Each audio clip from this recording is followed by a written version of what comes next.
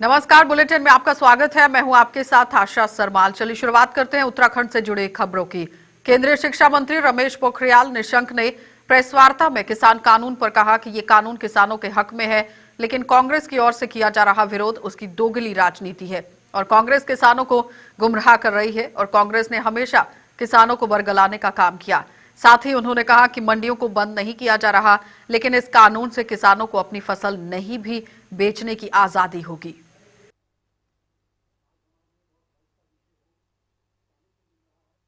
पूरे देश के अंदर कांग्रेस का वो दोगला चरित्र जो हमेशा और हमेशा से उसने अपनाया, जिसके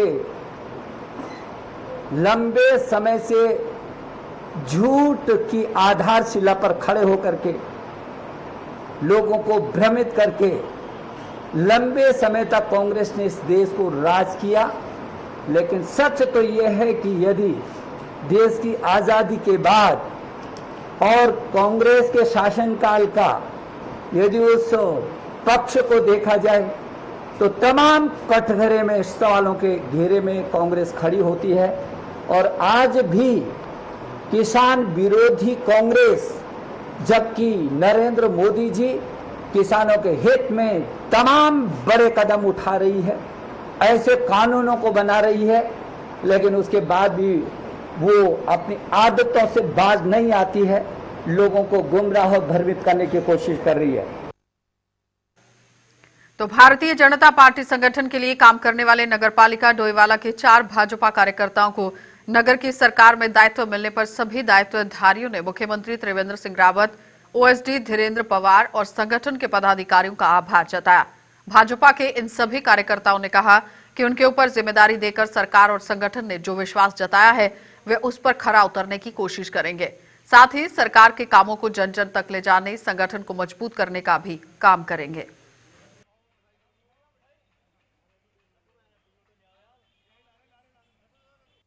मैं माननीय मुख्यमंत्री जी का पहले तो बहुत बहुत धन्यवाद और आभार व्यक्त करता हूं कि उन्होंने मेरे पे जो जिम्मेदारी दी है उसका मैं पूरी जिम्मेदारी के साथ निर्वहन करूंगा। और इसके साथ साथ मैं संगठन को भी धन्यवाद देना चाहूँगा जिन्होंने मेरे को जिम्मेदारी दी। और आने वाले समय में नगर पालिका में जो विकास कार्य सरकार के द्वारा किए जा रहे हैं उसमें भी लोगों के जन जन तक पहुँच के विकास कार्य कराए जाएंगे। बहुत धन्यवाद करता हूँ कि उन्होंने हमें इस योग्य समझा और हमें जो संगठन ने जो जिम्मेदारी दी है हम उसका पूर्ण रूप से उपयोग करेंगे और सरकार के प्रति और सरकार के कामों की भी जानकारी लोगों को देंगे और पालिका में जो विकास के काम होंगे उसमें बढ़ चढ़कर लोगों का काम करवाएंगे। इसके लिए मैं प्रदेश अध्यक्ष, जिला अध्यक्ष, मंडल अध्यक्ष सबको बधाई देता हूँ और माननीय मुख्यमंत्री को पुनः बधाई देता हूँ। वन पंचायतों को लेकर सरकार लाभकारी योजना शुरू कर सकती है, इसकी घोषणा कर सकती है। उत्तराखंड राज्य में लगभग 12,000 वन पंचायतों की संख्या है और राज्य मंत्री वीरेंद्र बिष्ट ने बताया कि उत्तराखंड राज्य वन पंचायतों की दृष्टि से ही महत्वपूर्ण है और वन पंचायत के माध्यम से लोगों को रोजगार देने का भी काम सरकार ही कर रही है, जिसके लिए समीक्षा बैठक भी हो चुकी है और जल्द ही वन पंचायतों के लिए विभिन्न योजनाएं शुरू की जा रही हैं। राज्य वन पंचायतों की दृष्टि से बहुत महत्वपूर्ण राज्य है। राज्य में 12,000 के लगभग वन पंचायतें हैं और ये सभी वन पंचायतें राज्य के उन क्षेत्रों में हैं जहां सिविल फॉरेस्ट लगता है। तो राज्य में 2 तरीके का फॉरेस्ट है, एक रिजर्व फॉरेस्ट है, एक सिविल फॉरेस्ट है। तो जहां रिजर्व फॉरेस्ट है और सिविल फॉरेस्ट है और जहां ग्रामीण लोग वनों पर आश्रित है वहां वन पंचायतें बनाई गई हैं। माननीय मुख्यमंत्री त्रिवेंद्र सिंह रावत जी के द्वारा वन पंचायतों के समग्र विकास के लिए, उनके सुदृढ़ीकरण के लिए विभिन्न योजनाएं प्रारंभ की जा रही हैं। हम वहाँ के लोगों की जो फसलों की सुरक्षा के लिए हम सुअर विरोधी दीवार का जो है गठन कर रहे हैं। उसके लिए कैंपा के माध्यम से बजट स्वीकृत करने का प्राविधान किया जा रहा है। इसी तरीके से जल संरक्षण, जल संवर्धन योजनाओं के लिए प्राविधान किया जा रहा है। और गाँव में हम जो है एक जिसको हम कहते हैं कि ग्रामीणों में वन सेवक के रूप में, एक वन प्रहरी के रूप में उसकी व्यवस्था भी कर रहे हैं, जो लोगों के वहाँ बंदरों को भगाने का भी काम करेगा, जंगल बचाने में भी महत्वपूर्ण भूमिका रहेगी। वो वन पंचायतों से संबंधित वो आदमी होगा। तो हरिद्वार में आज आम आदमी पार्टी के कार्यकर्ताओं ने गंगा को गंगा का दर्जा देने के लिए राज्य सरकार के खिलाफ आवाज उठाई। और पार्टी का साफ साफ कहना है कि मां गंगा को स्क्रैप चैनल का नाम देकर सरकार उन सभी व्यापारियों को बचाने का काम कर रही है जिन्होंने अवैध निर्माण किया हुआ है। उन्होंने कहा कि राज्य सरकार जल्द ही गंगा को मां गंगा का दर्जा देना यहां पर बहुत जरूरी है।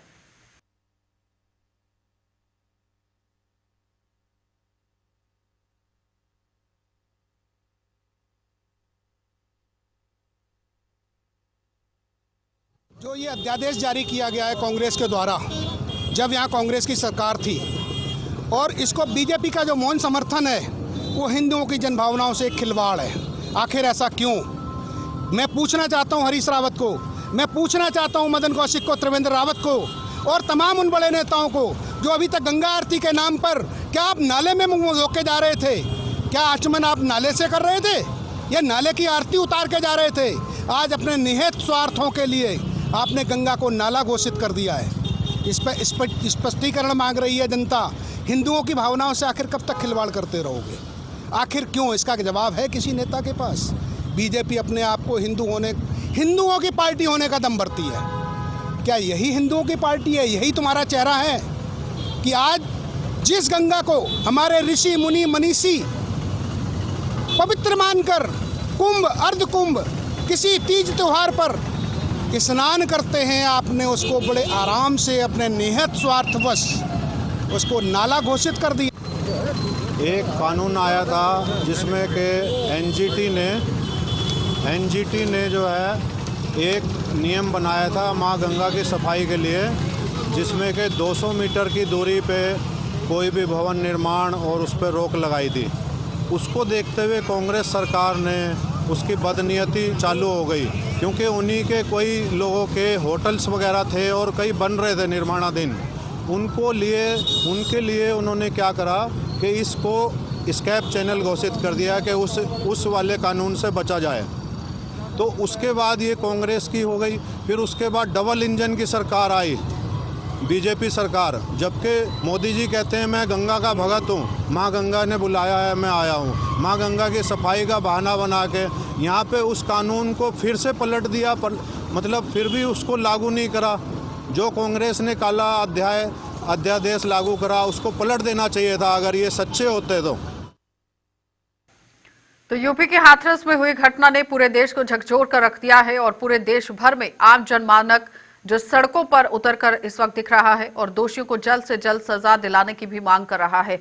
वहीं कांग्रेस के प्रदेश अध्यक्ष प्रीतम सिंह ने जानकारी देते हुए कहा कि राष्ट्रीय अध्यक्ष सोनिया गांधी के आह्वान पर पूरे देश के साथ साथ उत्तराखंड में भी 5 अक्टूबर को राजधानी मुख्यालय और जिला मुख्यालय में कांग्रेस जन सत्याग्रह कर गूंगी बहरी सरकार को जगाने का प्रयास करेगी। और साथ ही प्रीतम सिंह ने कहा कि जब कांग्रेस के वरिष्ठ नेता राहुल गांधी और प्रियंका गांधी हाथरस कूच कर रहे थे तो उत्तर प्रदेश सरकार के इशारे पर पुलिस द्वारा उनको रोका जाता है। और जिस तरीके से कांग्रेस के वरिष्ठ नेताओं से अमानवीय व्यवहार करने का काम उत्तर प्रदेश पुलिस ने किया, वे उसकी निंदा करते हैं। सोनिया गांधी जी ने कांग्रेस जनों का आह्वान किया है कि 5 अक्टूबर को जो है पूरे देश के अंदर जिला मुख्यालय और राजधानी मुख्यालय पर जो है कांग्रेस जन जो सत्याग्रह करने का काम करें। और इसी कड़ी में उत्तराखंड राज्य के अंदर भी 5 अक्टूबर को जो है पूरे प्रदेश के अंदर कांग्रेस जन सत्याग्रह करने का काम करेंगे और ये गूंगी बहरी सरकार को।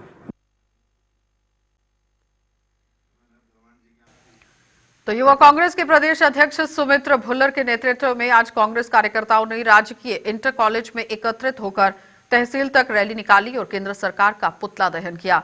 सुमित्र भुल्लर ने कहा कि किसान विरोधी बिल को वापस लिए जाने तक हम लोग केंद्र सरकार का विरोध करते रहेंगे।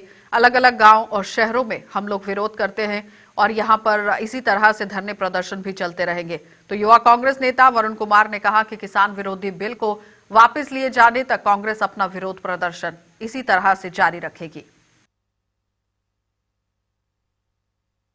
वर्तमान में जो परिस्थितियां हैं उनसे हमें मजबूर होकर के ऐसे कदम सड़क पर उतरना पड़ रहा है, क्योंकि सरकार ने जो बिल लाई है वो बिल्कुल ही किसानों के साथ अन्याय है। किसानी को मजदूर बनाने की शुरुआत है। ये एक जो किसान है वो अपने ही खेत में मजदूर बन जाएगा, और जो प्राइवेट प्लेयर्स हैं वो पूरी मोनोपोली होगी उनकी पूरी मार्केट में, किसानी में। इसका हम विरोध करते हैं और ये बिल आप लोग जानते हैं जैसे पास कर दिए गए हैं, लेकिन जब तक सरकार ये बिल वापस नहीं लेती हम ये प्रदर्शन लगातार देश भर में कर रहे हैं। आज गदरपुर में है और बाकी अगले सप्ताह हमने दूसरे शहरों में प्रदर्शन रखे हैं, और हम सब लोग ये प्रदर्शनों की जो हमने शुरुआत करी है, इस लड़ाई को हम लड़ेंगे, और जब तक इस लड़ाई में हम विजय हासिल नहीं कर लेते तब तक कांग्रेस पार्टी के लोग, युवा कांग्रेस के लोग किसानों को दबाया जा रहा है। ये जो नया किसान कानून बिल लेकर आए हैं ये लोग, वो बिल्कुल ही किसान विरोधी है। इसमें इन लोगों ने किसानों को ही नहीं बल्कि हमारे देश के आड़तियों को भी खत्म करने की बात कही है। इसकी आवाज़ यहाँ तक ही नहीं, गदरपुर तक ही नहीं, पूरे उत्तराखंड तक ही नहीं, पूरे देश तक हम उठाएंगे। और अगर ये बिल वापस नहीं हुआ तो ये जो ट्रैक्टर आप देख रहे हैं यहाँ खड़े हुए हैं, ये दिल्ली तक यहाँ से चलते रहेंगे। ये जो रैली निकाल रहे हैं हम यहाँ एक्सेस कॉलेज से लेकर तहसील तक जाएंगे और वहाँ पे तहसीलदार साहब को ज्ञापन देंगे जो वो आगे जाके प्रेसिडेंट को भिजवाएंगे ताकि ये बिल वापस हो। सितारगंज के पूर्व विधायक वरिष्ठ कांग्रेसी नेता नारायण पाल ने किसानों के साथ एसडीएम कार्यालय पहुंचकर एसडीएम मुक्ता मिश्रा से मुलाकात कर उन्हें किसानों की समस्याओं से अवगत करवाया और उनका जल्द समाधान करने की मांग की। वहीं पूर्व विधायक ने एसएमओ और एसएमएस पर राइसल जो मिल हैं वहां पर भी राइस मिल हैं ये, और इसके साथ सांठगांठ कर मोटाफा कमाने की भी फसल तोल में भ्रष्टाचार करने के आरोप भी लगाए गए, जिसके बाद एसडीएम ने उन्हें इसकी लिखित शिकायत देने की बात कही। पूर्व विधायक नारायण पाल का कहना था कि एसएमएस और एसएमओ द्वारा मोटा मुनाफा कमाने के चलते राशन की कालाबाजारी की जाती है, और एसडीएम मुक्ता मिश्रा ने लिखित आदेश पर जांच का भरोसा भी दे दिया है कि जल्द से जल्द ऐसे लोगों पर कार्यवाही की जाएगी। स्तर पर अधिकारी किसानों को चोट दे रहे हैं निरंतर हर साल, और कालाबाजारी कर रहे हैं, भ्रष्टाचार कर रहे हैं, एक एक सीजन में एक एक 2-2 करोड़ रुपया कमा रहे हैं।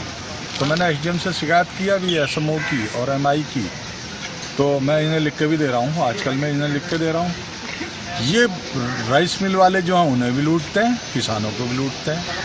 तो जो अधिकारियों के नाक के नीचे ये काम होता है तो अधिकारियों को दिखता नहीं है ये। तो मैंने अभी मैंने अभी एसडीएम से कहा कि तथ्यपरक शिकायत करूँगा दोनों की, और एक एसएमआई भी है, इंस्पेक्टर भी है, वो खाद्य का इंस्पेक्टर, वो डीएसओ के अंतर्गत आता है। इन तीनों लोगों ने इस इलाके को पूरा लूट के खा गई। उनका समाधान कर दिया गया है, जैसे कि शिकायत दिखाई गई किसी धान पे कोई व्यक्ति कोई काश्तकार बेचने के लिए आया लेकिन उसका धान बेचा नहीं गया, इसकी पुष्टि करा दी गई, शिकायत में नहीं पाई गई। उन सबका निस्तारण कर दिया गया। किसी भी व्यक्ति कर्मचारी या अधिकारी की शिकायत कभी संज्ञान में ली जा सकती जबकि। तो रुड़की के झबरेड़ा में हाथरस के जो हाथरस है, यूपी के अंदर हाथरस की जो घटना है उसको लेकर नगर पंचायत के सफाई कर्मियों ने भी आज हड़ताल शुरू कर दी, और कर्मचारियों का आरोप है कि हाथरस की घटना ने उन्हें झकझोर कर रख दिया है। सफाई कर्मचारियों ने हाथरस के दोषियों को कड़ी से कड़ी सजा दिलाने की मांग की, और इस मौके पर झबरेड़ा नगर पंचायत चेयरमैन चौधरी मानवेंद्र सिंह ने कहा कि हाथरस की घटना बेहद दुखद है और इस घटना की जितनी निंदा की जाए कम है। उन्होंने कहा कि कुछ लोग विकृत जो मानसिकता है उसके चलते यहाँ पर काम करते हैं, जिसके लिए लोगों को एकजुट होना पड़ेगा। और मानवेंद्र ने कहा कि ये घटना बेहद ही दुर्भाग्यपूर्ण है, लेकिन आने वाले नस्लों को भी अच्छे संस्कार देने की जरूरत है। चौधरी मानवेंद्र ने कहा कि वो देश के संविधान पर पूरा यकीन रखते हैं और उन्हें पूरा विश्वास है कि जल्द ही पीड़ित परिवार को न्याय मिलेगा। बहुत दुखद घटना है और मैं इसकी कड़ी निंदा करता हूँ। इस तरह की घटनाएं समाज में होना बहुत ही दुखद है। और देखिए, ये विकृत मानसिकता है जो कहीं भी किसी में भी पाई जा सकती है, और इस पे हम सबको इकट्ठा होना पड़ेगा, एक आवाज़ बननी पड़ेगी इस चीज़ के खिलाफ। और ये चीज़ मात्र इस घटना को ही दिमाग में ना रखा जाए। अगर हम अपने आने वाली पीढ़ियों को के संस्कारों पे थोड़ा ध्यान देना शुरू कर दें तो मेजर प्रॉब्लम तो मैं वहाँ पे फेस मानता हूँ कि संस्कार की कमी धीरे धीरे हमारे समाज में आती जा रही है। दूसरी बात, मैंने पूरी घटनाक्रम टीवी के माध्यम से देखी है। लगभग गिरफ्तारियां तो सारी हो चुकी हैं और उसमें मुकदमे भी कायम हो चुके हैं। मैं बिल्कुल बाबा साहब के बनाए हुए संविधान पर विश्वास करता हूं और मुझे उम्मीद है कि कोर्ट ट्रायल्स में न्याय मिलेगा और मैं ये भी कामना करता हूं कि जल्दी से जल्दी इसकी प्रोसीडिंग्स, इनकी चार्जशीट पूरी करके प्रोसीडिंग्स शुरू करी जाए और इस पर न्याय जल्दी से जल्दी होना चाहिए। तो वरिष्ठ पुलिस अधीक्षक दिलीप सिंह कुंवर के आदेश अनुसार सितारगंज कोतवाली निरीक्षक सलाउद्दीन खान के निर्देशन में टीम गठित कर फरार चल रहे 3 अभियुक्तों को पुलिस द्वारा गिरफ्तार कर लिया गया, जिनमें अयूब पुत्र अब्दुल नबी निवासी ग्राम सिसैया के ऊपर कई संगीन धाराओं में मुकदमा पंजीकृत है। वहीं दलजीत सिंह पुत्र सतनाम सिंह निवासी ग्राम गोविंदपुर आबकारी अधिनियम के तहत मुकदमा इन पर भी पंजीकृत है और तीसरे अभियुक्त अकरम कुरैशी पुत्र अनवार कुरैशी निवासी ग्राम भगोरी गौवंश संरक्षण अधिनियम में वांछित चल रहा था। पंजीकृत हैं और कप्तान साहब के निर्देशन में वांछित अभियुक्तों की गिरफ्तारी के लिए अभियान चला था, जिसमें अयूब जो था 307 में वांछित चल रहा था सिसैया कांड में, और एक दलजीत जो था दफ़ा 60 में पहले मुकदमा कायम था वो वांछित चल रहा था, और एक गौकशी में जो अकरम चल रहा था। कल अभियान के तहत सबको तीनों गिरफ्तार करके जेल भेजा जा रहा है। तो उत्तरकाशी जिले के झाड़गंगा घाटी में स्थित सीढ़ीनुमा मार्ग दुनिया से सबसे खतरनाक रास्तों में ये शुमार है और जो आज संरक्षण के अभाव में अस्तित्व खोता जा रहा है। समुद्र तल से 11,000 फीट की ऊंचाई पर भारत चीन सीमा पर स्थित गड़तांग गली की ये हेरिटेज सीढ़ियां अपनी बदहाली पर आंसू बहा रही है और 17वीं शताब्दी में पेशावर के पठानों ने समुद्र तल से 11,000 फीट की ऊंचाई पर उत्तरकाशी जिले की नेलांग घाटी में हिमालय की खड़ी पहाड़ियों को काटकर दुनिया का सबसे खतरनाक रास्ता तैयार किया था। करीब 150 मीटर लंबा ये लकड़ी से तैयार सीढ़ीनुमा गड़तांग गली भारत तिब्बत व्यापार का साक्षी रहा है। 1962 से और इसके पूर्व भारत तिब्बत के व्यापारी याक, घोड़ा, खच्चर एवं भेड़ बकरियों पर सामान लादकर इसी रास्ते से आते जाते थे। 1962 में भारत चीन युद्ध के दौरान गड़तांग गली में सेना को अंतर्राष्ट्रीय सीमा तक पहुंचाने में अहम भूमिका इसी पुल ने निभाई थी, लेकिन पिछले 45 वर्षों से गड़तांग गली का उपयोग और रखरखाव न होने के कारण इसका अस्तित्व मिटता जा रहा है। गड़तांग गली की क्षतिग्रस्त सीढ़ियां उत्तरकाशी जिले की नैलगांड घाटी चीन सीमा से लगी हैं और सीमा पर भारत की सुमला, मंडी, नीलापानी और त्रिपानी और पीडीए और जादुंग अंतिम चौकियां हैं और सामरिक दृष्टि से संवेदनशील होने के कारण इस क्षेत्र को इनर लाइन क्षेत्र घोषित किया गया। साल 2015 में जिला होटल एसोसिएशन और अन्य संस्थाओं के प्रयास से सरकार ने इसे पर्यटकों के लिए खोला और इसके बाद इस पर बजट खर्च होते रहे, लेकिन स्थिति जस की तस बनी हुई है और इस रास्ते की ऐतिहासिक सीढ़ियां कब टूटकर नीचे गिर जाएं किसी को पता नहीं। इन सबके बीच जिला प्रशासन और इन ऐतिहासिक सीढ़ियों की मरम्मत के लिए बजट दिए जाने की भी बात की जा रही है। गड़तांग गली प्रोजेक्ट हमारा अप्रूव्ड है, उसमें थोड़ा टेंडरिंग प्रोसेस में थोड़ा दिक्कत आ रही थी, लेकिन उसमें भी हमने थोड़ा रियायत देकर उसको कोशिश कर रहे हैं कि हम जल्दी से जल्दी कार्य प्रारंभ कर जाएं और हमको जो कार्यदायी संस्था है पीडब्ल्यूडी भटवाड़ी उसको कार्य कर रहे हैं, उनके द्वारा ये आश्वस्त किया गया है कि इसी कैलेंडर ईयर में उस कार्य को कंप्लीट कर लिया जाएगा। आम आदमी पार्टी द्वारा बाज जो कि विकास नगर बाजार है, इसमें सभी दुकानदारों और बाजारों में आने वाले लोगों की ऑक्सीमीटर के द्वारा जांच की गई और आज आम आदमी पार्टी के पदाधिकारी गुरमेल सिंह राठौर ने बताया कि हमारा यह अभियान जारी रहेगा और हम ऑक्सीमीटर से जांच इसलिए कर रहे हैं कि किसी को भी बीमारी ना हो और लोगों को स्वास्थ्य की जानकारी दी जा रही है। पार्टी द्वारा ऑक्सीमीटर अभियान चलाया जा रहा है, जिसके तहत आज उत्तराखंड में पूरे राज्य में ऑक्सीमीटर अभियान चलाया जा रहा है। ऑक्सीमीटर के द्वारा लोगों की ऑक्सीजन की जांच की जा रही है, जिससे यह पता लगाने में आसानी हो जाती है कि किसी का स्वास्थ्य ज़्यादा खराब तो नहीं है। आज इसी कार्यक्रम अभियान के तहत लोगों में लोगों को जागरूक करने के लिए तथा उनमें किसी तरह की कोई डर भय पैदा ना हो, निडर करने के लिए यह अभियान चलाया जा रहा है। आज विकास नगर में मुख्य बाजार में आज पूरे बाजार में यह अभियान चलाया गया, जिसके ऑपरेशन सत्य के तहत थाना क्षेत्र सहसपुर में जगह जगह बड़े बड़े होर्डिंग्स लगाए गए हैं, जिसमें से नशे के बचाव के लिए बताया गया है कि सहसपुर थाना क्षेत्र में पुलिस जगह जगह पर लोगों को समझा रही है। और थाना क्षेत्र सहसपुर अंतर्गत धर्मावाली जो चौकी के पास उप निरीक्षक कुलदीप पंत और अर्जुन गोसाई चौकी इंचार्ज धर्मावाला लोगों को नशा छुड़ाने और नशे के बचाव के मंत्र देते हुए नजर आए। इस संबंध में थाना अध्यक्ष सहसपुर नरेंद्र गहलोत ने बताया कि ऑपरेशन सत्य डीआईजी अरुण मोहन जोशी देहरादून द्वारा 1 महीने का अभियान चलाया जा रहा है, जिसका मूल उद्देश्य लोगों को नशे से दूर रहने के लिए जागरूक करना है।